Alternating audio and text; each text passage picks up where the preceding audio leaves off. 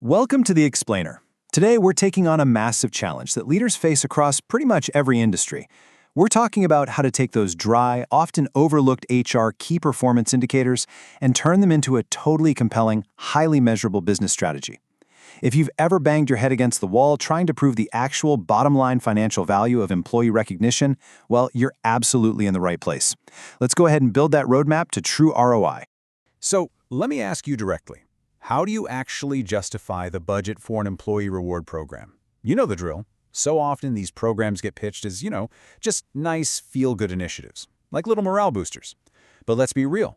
When budget season rolls around, feel-good rarely cuts it with the finance department, does it? No way.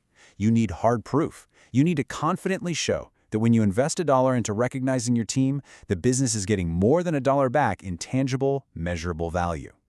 Section 1. The ROI Challenge, moving beyond feel-good initiatives. All right, let's dive right into this. To shift our mindset from seeing recognition as just some soft perk to an actual strategic lever, we have to start right at the foundation. The absolute golden rule of reward program analytics is this: you must benchmark against pre-program baselines. Think about it for a second. If you want to prove that your brand new initiative actually moved the needle, well, you have to know exactly where that needle was resting before you even started. You absolutely need a clear, undeniable before and after picture. So, before launching any rewards program, it is crucial to capture your current turnover, your current engagement scores, and your current productivity metrics. Because without those baselines, any success you claim later is just guesswork. Section 2. Tracking early program energy. Sparks of adoption. Now, for all the managers out there listening, pay extremely close attention to your early adoption metrics. We're talking nomination volume, comments, shares, and recognition frequency. These right here are the very first visceral signs of a healthy, inclusive program taking off. Long before you ever see a change in long-term retention or revenue, you're going to see it in the chat. You'll see it in the form of employees enthusiastically nominating their peers, dropping comments on public recognition feeds, and sharing wins. Basically, this is the early social proof that your team is actually buying in. And the source data reveals exactly what a successful adoption phase actually looks like in practice. Notice this ratio: 70% of employees receiving recognition, but only 40% giving it. It's a pretty fascinating split, right? You might think you need 100% of your company constantly handing out awards for the program to be considered healthy. But actually, no. You really just need an active core of about 40% giving recognition. That naturally cascades down to make 70% of the workforce feel seen and appreciated. So, keep that in mind. That is your target benchmark for an active, thriving program. Section 3. Measuring cultural shifts. The day-to-day impact. Okay, so the ultimate gauge for this shift is the employee engagement score.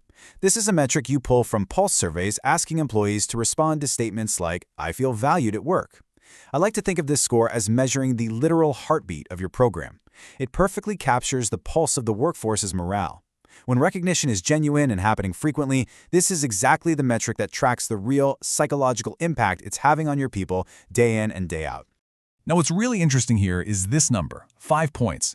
When you're looking at your employee engagement score on a standard 100-point scale, you might be sitting there thinking you need a massive 20 or 30-point jump to prove the program was a success. But the research shows something completely different. It shows that even a small 5-point increase is highly meaningful. Let's face it, moving aggregate human sentiment is tough. A 5-point bump means a significant portion of your workforce has transitioned from feeling indifferent to feeling actively valued. It's essentially a massive win disguised as a very small number. Another incredibly telling metric for tracking that day-to-day impact is the absenteeism rate, which tracks unplanned absences per employee per month. But look, I don't want you to just view this as some dry operational statistic. Try to look at it as a story. This is the story of an employee waking up in the morning and making the active choice to show up to work because they actually feel valued by their peers and their leadership. A measurable reduction in absenteeism is honestly one of the strongest, most undeniable signals you can have of improved morale and deeper engagement. Section 4. The bottom line impact, where recognition meets revenue. All right, it is officially time to put on our business hats. First up, when we're talking about bottom line impact, is productivity uplift. This is where you link the actual act of recognition directly to measurable performance improvements. We're talking about things like faster project completion rates. We're talking higher customer satisfaction scores, and even actual sales growth. The data clearly indicates that a recognized employee is a measurably more productive employee. It just makes sense, right? When people know their hard work will be seen and celebrated, their output naturally and measurably increases. And let's see how this builds, because it leads powerfully into the concept of the retention delta. This is perhaps the most potent metric in your entire arsenal.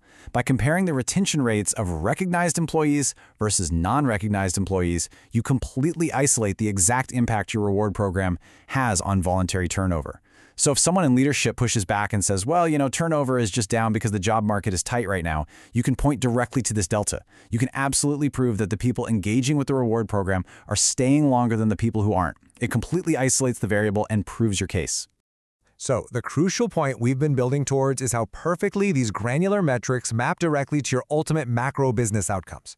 Tracking program adoption, that measures your workforce energy.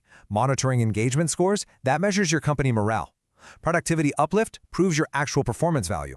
And that retention delta we just talked about translates directly into massive cost savings through turnover reduction. Literally everything we've covered today builds this exact, undeniable chain of evidence.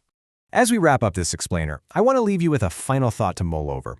It's incredibly easy to look at the software fees and the reward budgets to pinpoint the exact cost of your program. But can you truly afford the staggering, hidden cost of unappreciated employees?